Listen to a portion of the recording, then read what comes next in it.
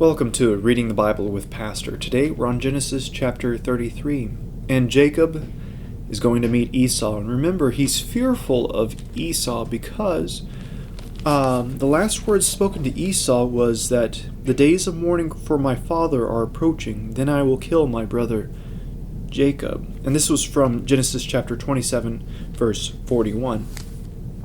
And now Jacob must confront his older brother Esau. And this is what will happen.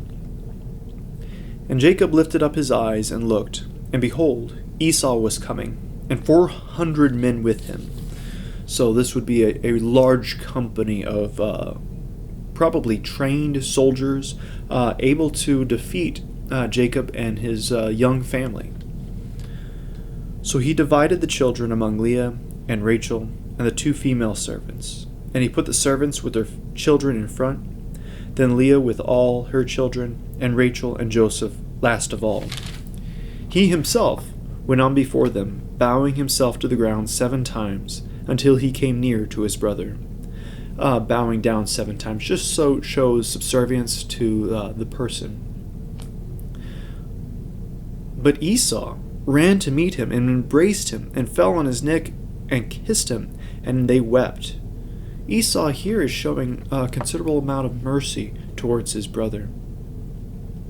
And when Esau lifted up his eyes and saw the women and children, he said, "Who are these with you?" Jacob said, "The children whom God has graciously given your servant." Then the servants drew near, they and their children, and bowed down. Leah likewise, and her children drew near and bowed down. And last Joseph and Rachel drew near, and they bowed down. Esau said, "What do you mean by all this company that I met?" These are all the gifts that came before the family of goats and camels and cows. Jacob answered, "To find favor in the sight of my Lord." But Esau said, "I have enough, my brother. Keep what you have for yourself."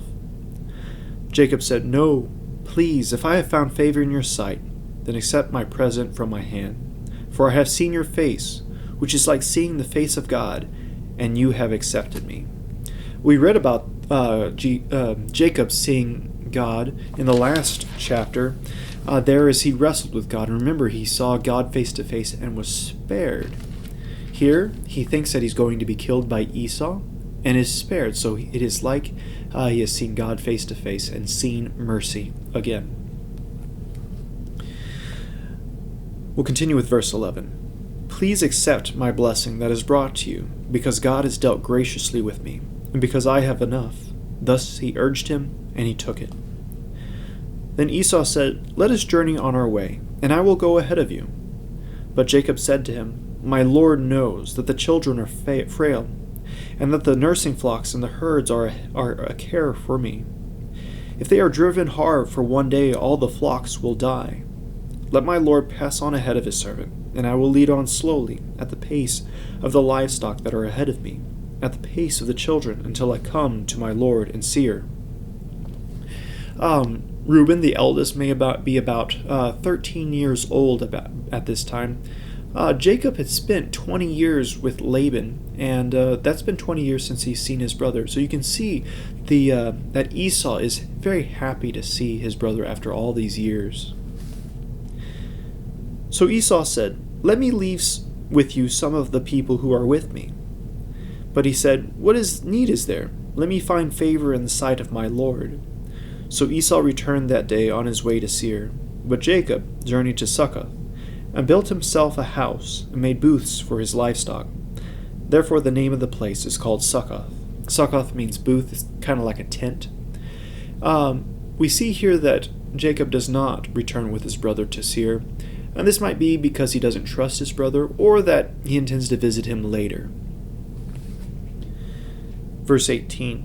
"And Jacob came safely to the city of Shechem, which is in the land of Canaan, on his way from Paddan Aram, and he camped before the city. And from the sons of Hamor, Shechem's father, he bought for 100 pieces of money the piece of land on which he had pitched his tent.